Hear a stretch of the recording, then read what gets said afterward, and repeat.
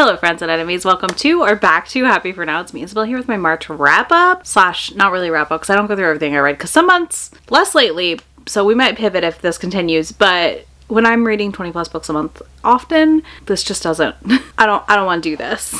Like, you know what I mean? I don't want to do mid-month and a regular. So I just instead like to highlight my stats, my highs, and my lows, and those books that surprised me. So if you're new here, that's what we do. I do want to quickly touch on a really exciting thing happening in January 2026. If you are interested, we currently still have 6 early bird price spots left for the trip to Costa Rica with Beautifully Bookish Bethany and I. This is going to be a great opportunity for everybody to get together, have a bookish hangout, connect with other bookish people, kind of feel some community there. And honestly, like, I'm so excited for this trip. I cannot believe we just launched it and that it's happening. So yeah, I'm really pumped. We're really excited. Once we hit our 8 people, we'll make a Discord to have like a group chat and stuff leading up to the trip so we can all connect and talk about things. But yeah, we are headed to Costa Rica and it is just a very quick little jaunt to hang out in the rainforest basically and have a spa day and read and talk about books and learn about Costa Rica a little bit while we're there. So if you're interested, that'll all be linked down below. You can also sign up to like get emails and stuff from us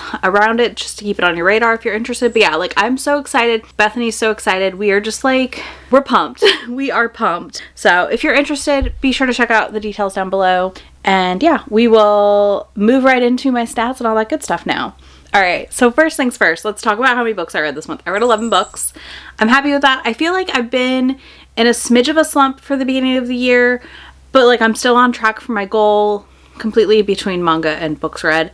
I'm weirdly keeping pace actually with my manga and my book reading. They're about split even. I would love to see myself hit 20 books again a month soon, but you know, there's a lot going on in the world. It's very stressful at times. Those 11 books accounted for 4,457 pages. My average rating was a 3.9 this month, which is pretty low for me. I tend to sit in the 4s because I usually try not to pick up things I'm not gonna like. I listened to about 36 hours of audio this month, which is also great for me. That is sped up. I calculate this based on the audio speed that I listen to the book at. Then I read 1 book from KU and 4 books from the library. So also fantastic progress. I feel like that's another big win for me. As far as demographics go, everything I read this month was an adult title.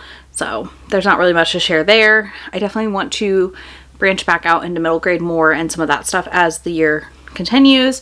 Format wise, I read 3 ebooks and 8 audiobooks, no physical. I don't really read physical books unless it's manga. If you're new here, it hurts my hands, to be honest with you, for long-term reading sessions, and my Kindle's just such a game changer on the focus aspect.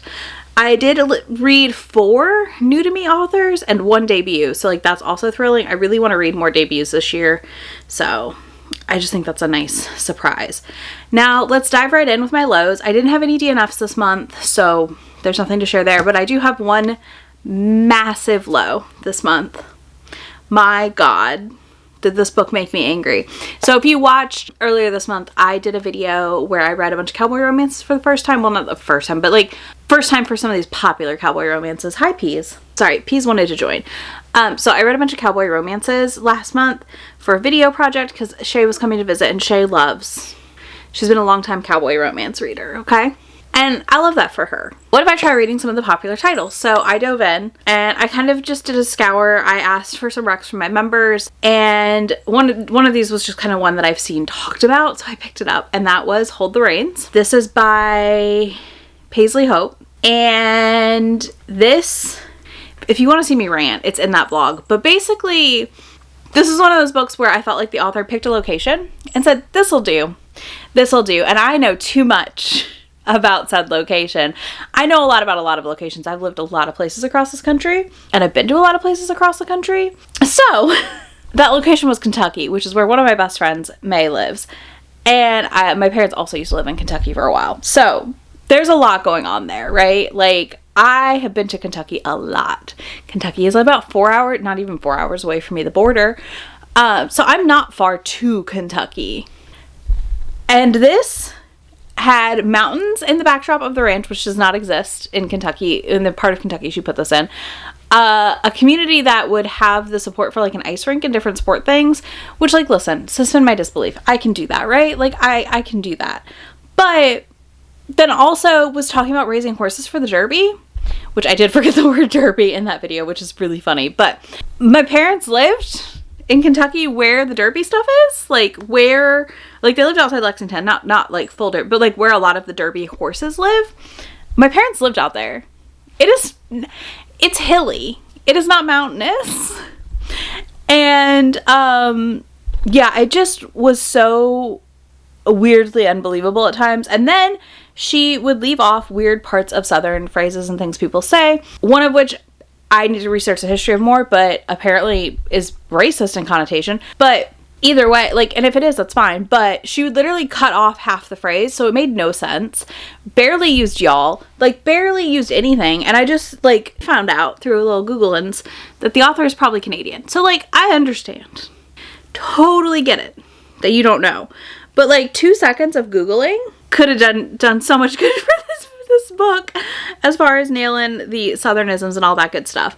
It's just that thing where I've lived in the South too long in my life. I may not be a born and raised Southerner, but I am a Southerner by like time I've spent in the South. Like if we have my life, I have spent more than half of it in the South, and also am married to someone from the South, and like all these things. So like I have a deep familiarity with the cultural norms here and things people do and don't say. And I was just like, ma'am, I don't think so. Yeah, this book, like parts of it were not bad, but parts of it were so bad that I was just like ready to throw the book across the room. It was on my phone on audio, so I wasn't going to do that, but I was very upset. I would have DNF'd it if it wasn't for a project. So yeah, that was a big low. Then we have my surprises. I've got 2 for you because there was one thing I thought I would like, but I liked it more than I ever expected, and then one that like I just wasn't sure. So first up we have Finlay Donovan Rolls the Dice. I finally read this. I still need to read the newest, which is Dig Their Own Grave, but I really did enjoy this one. I think this one was really fun to read. I've seen so many people DNF this series and like kind of just fall off of it, and I can see why around this book, and then apparently the next book also a lot of people did not enjoy. But I enjoyed this one. I think it was silly. It was fun. I was in the mood for something silly and fun and easy. So like maybe that's why it worked for me also. Like that's what I wanted to read, was something very silly and fun. So I read this. I had a good time. We continued following Finlay and Vera, her nanny slash co-conspirator of sorts, on an adventure to Atlantic City that is chaotic, to say the least. These are cozy mystery kind of, but like they go a little bit further. I feel like more closer to a thriller, but not a thriller. Very silly, very funny, very absurd, very absurd. So yeah, I had fun with this. I just was not sure if I would, because I know a lot of people abandoned the series so far since book 2 or 3. Yeah, 3 books. Yeah, so around this book, a lot of people dropped the series, and I finished it happy enough. I will be reading Dig Their Own Grave at some point, so we'll see what I think when I get there. But yeah, this just surprised me. If you haven't read Finlay Donovan, it's basically an author who ends up being hired as a hit woman in the first book, and then continues these escapades of various crimes and crime solving. She's a mess, and it's just really interesting and fun. And then the other surprise I had was Prize Money by Celeste Castro. This is a new to me author. I don't know that they have any other books, to be honest with you, but this is a queer cowboy romance, or cowperson romance, however you want to call it, whatever you want to say. This surprised me so much. I was nervous going in because like I said, I've been burned a couple times by some of these books, and I was just a little worried. So this follows a woman who is a stunt woman. She's like 6 feet tall too. And she works in movies and stuff as a stunt woman with horses and things like that. And I think that was really fascinating. And then our heroine is smaller, and she is a barrel racer. And they both end up on a flight together, and they have this really touching meet cute of sorts where she just kind of holds her hand on the flight because she's having a really emotional time about returning home. Her mom is dead. Her dad got injured, so she's going back, our stunt woman, to help take care of the farm / ranch situation. And in doing so, has a lot of emotions because she's not really been back since a big fight that happened. It was really good. Like, this was a really fun slow burn, definitely more of a slow burn. Not super spicy, but still kind of spicy romance between these two. And I just had a fun time. I enjoyed them. They were both really good characters. I felt like they both felt very unique and different, and their struggles within like who they were very different. But yeah, it was really fun and really sweet. I got Reckless by a member, and I thought I would like it, but I think I was surprised at how much I liked it. Next, let's talk about our highs. I've got 2 of those for you. So first of all, we have to talk about Her Tortured Beast by E.P. Bali. This is a series I devoured in the span of a couple days, I feel like, when I first read it, and now I've been reading them as they come out.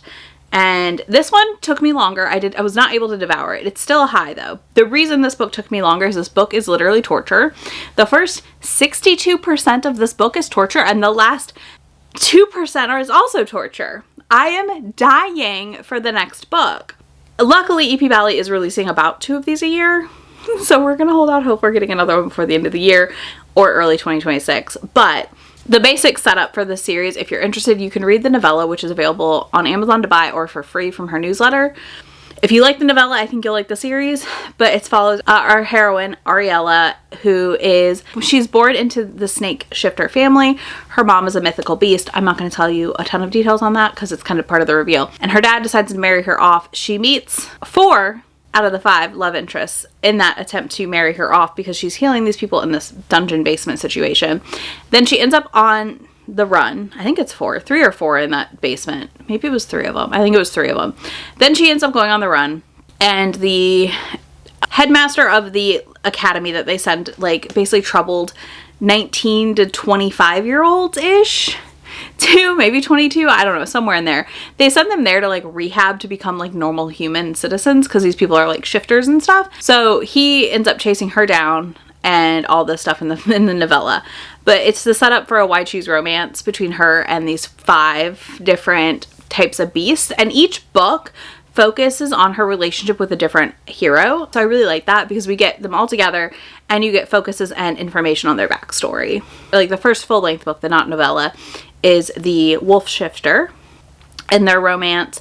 Then we get the lion shifter, and then we get the shark shifter, and then now we just got the dragon. And then I'm not going to tell you the rest. But I love this series. It's definitely one of those things that's either going to work for you or it's not. And that's no hate to it. It's just a very specific kind of reader. And I find them very, very marathonable.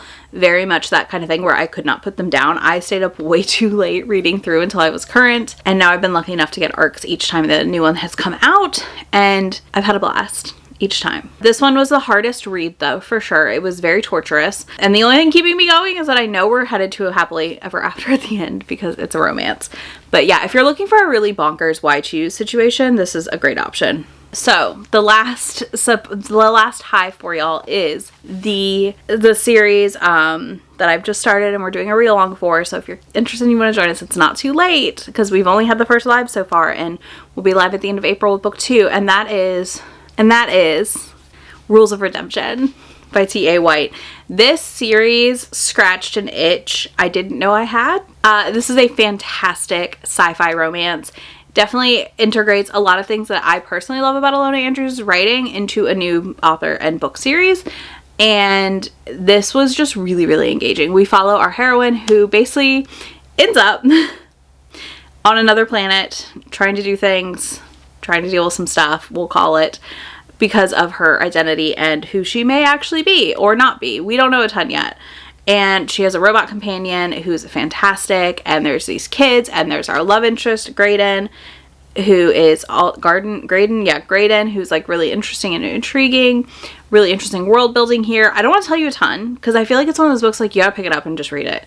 You will fly through it. I think Heather marathoned all of these really quickly last year, and now we're doing the read along and we're holding out hope for a new book sooner than later, but the author just had twins. So sooner than later is probably not in the cards for us, and that's fine. I'm happy for her, but I hate it for my reading. But basically, I finished book 1 and wanted to immediately dive into book 2 because I was just like, this is so fun. This gave me a lot of Hidden Legacy vibes with a more mixed in Kate Daniels, which I guess I just should go read a bunch of Kate Daniels, to be honest with you.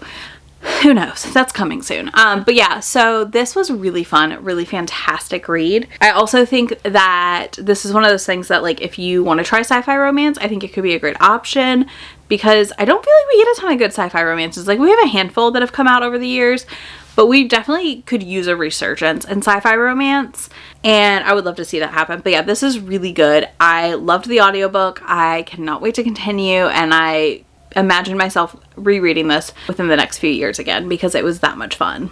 it took everything in me not to immediately dive into book 2 because I was like, I've Love in the Night, the live's not till the end of the month, we don't need to start yet. So probably as soon as Love in the Night ends, I will be starting book 2.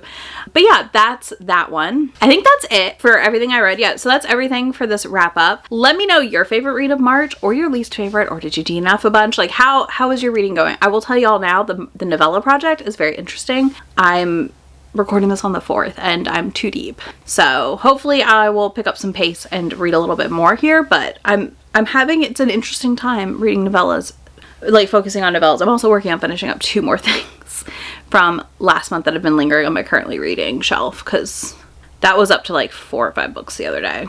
I'm working on it. We're getting it fixed this month. Like I'm determined to end this month with an empty/near empty currently reading shelf. So we'll see. Yeah, let me know your favorites, your least favorites, all that good stuff. You know me. I love to hear both. I love to add to my TBR from these and all that good stuff. If you don't do any of that, you can leave me a rocket ship emoji because sci-fi romance, duh.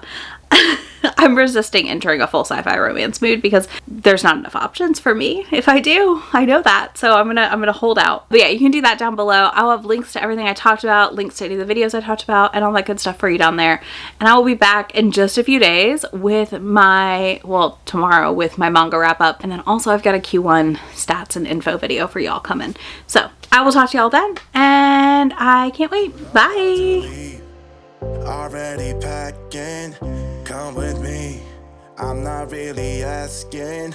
We'll get away to a place where we don't know. About to see the world in action, what we can be. Life with no distractions. We'll get away.